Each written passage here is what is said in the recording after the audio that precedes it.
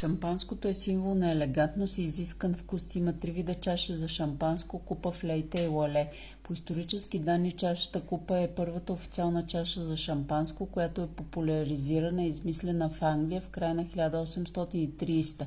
Тя е плитка и широка. Това е един от най-старите варианти на стъклените чаши за шампанско.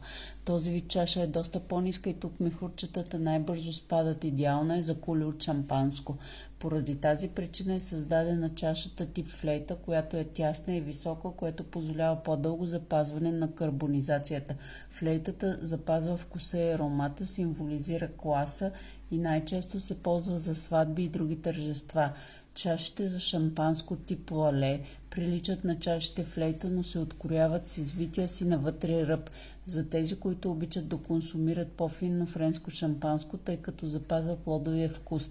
Най-новата мода при чашите за шампанско е тип флейта, но без дръжка. Подходяща е за всекидневна употреба и не само.